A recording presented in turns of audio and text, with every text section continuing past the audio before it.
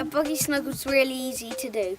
You just, you see this thing at the back? You just pull this out, then fold it over the back like that. If you have like a small buggy, there's these ropes, and you just put them through the hole at the back and tie them to the handles. Undo the zips, and then you just undo the Velcro, pull the strap out, do up the Velcro, undo the Velcro, pull the strap out, do up the Velcro.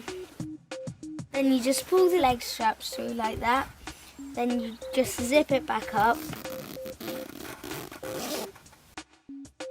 Hey presto, even a kid can do it. And can I also show you these zips at the bottom for muddy feet to stick out? Cha-ching!